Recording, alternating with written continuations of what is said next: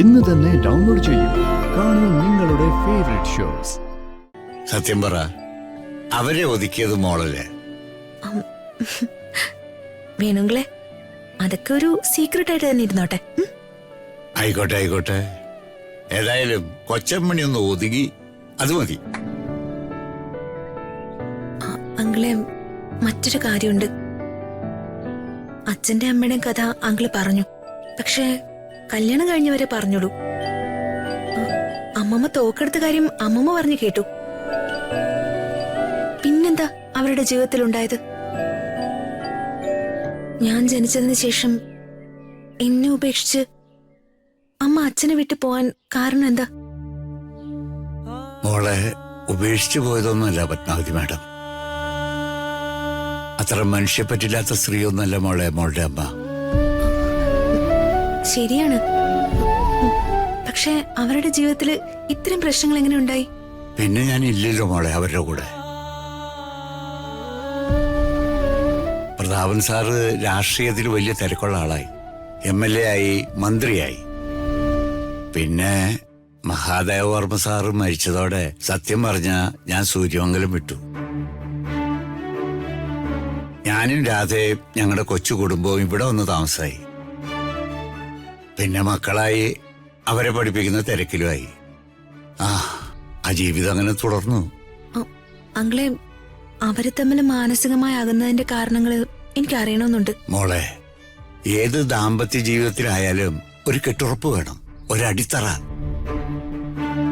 അത് ഭാര്യയും ഭർത്താവും തമ്മിലുള്ള പരസ്പര വിശ്വാസത്തിലാണ്. ഹൃദയം കൊണ്ട് അന്യോന്യം സ്നേഹിച്ചാൽ മാത്രം പോരാ, ഒരിക്കലും ഉലയാത്ത വിശ്വാസം രണ്ടുപേരും തമ്മിലുണ്ടാവണം. ആ വിശ്വാസം രണ്ടുപേരിൽ ഒരാൾക്ക് ഇല്ലാതായാൽ ജീവിതം തകിടം മറിയും. പ്രതാപൻ സാറിന്റെയും പത്മാവതി മാഡത്തിന്റെയും ജീവിതത്തില് സംഭവിച്ചതാണ്. അങ്കിള് പറഞ്ഞതനുസരിച്ച് അച്ഛനും നല്ലതാ, അമ്മ അതിനേക്കാളും നല്ലതാ. ഈ നല്ല മനുഷ്യർക്ക് ഇങ്ങനെയൊക്കെ പറ്റുമോ? എന്താ സംശയം? നല്ല മനുഷ്യരെന്ന് പറഞ്ഞ ഹൃദയമുള്ളവര്.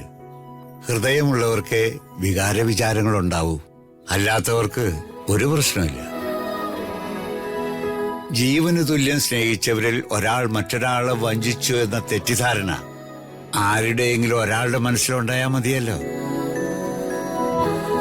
സ്നേഹിച്ചവർ ചതിച്ചു എന്ന വിചാരം മനസ്സിലുണ്ടായാൽ അവർക്കത് സഹിക്കാനാവില്ല. ആര് വഞ്ചിച്ചു എന്ന് അങ്കിളി പറയുന്ന? അവര് രണ്ടുപേരും ആരെയും വഞ്ചിക്കാറില്ല മോളെ. രണ്ടുപേരെയും എനിക്കറിയാവുന്ന പോലെ മറ്റാർക്കും അറിയില്ല. പിന്നെ എന്താ ഇവിടെ സംഭവിച്ചത്? എന്ത് സംഭവിച്ചെന്ന് മാത്രം എനിക്കറിയില്ല. ഒരു സുപ്രഭാതത്തിൽ രണ്ടുപേരും രണ്ടായി. ഞാൻ കണ്ട രണ്ട് വലിയ മനുഷ്യർ അങ്ങനെ എന്നേക്കുമായി പരസ്പരം പിരിഞ്ഞു. പക്ഷേ മോളിലൊന്നും കേട്ട് വിഷമിക്കണ്ടാട്ടോ. ഇതിന്റെ പുറകെ പോകണ്ടെന്നാണ് എന്റെ അഭിപ്രായം. വെറുതെ വർമ്മ സാറിന്റെ ശത്രുത വരുത്തിയേക്കണ്ട. പിന്നെ ഒരപേക്ഷയുള്ളൂ എനിക്ക്. അച്ഛന്റെയും അമ്മയുടെയും ജീവിതം മോൾക്കൊരു പാഠമാണ്. നിങ്ങളുടെ ജീവിതം നിങ്ങളുടേത് മാത്രമാണ്. പരസ്പരം വിശ്വാസത്തോടെ മുന്നോട്ട് പോകണം. നിങ്ങളുടെ ജീവിതത്തിൽ ഇടപെടാൻ ഇനി ഞാൻ വന്നാലും എന്നെയും ഒരു വിളിപ്പാടകലെ അകറ്റി നിർത്തണം.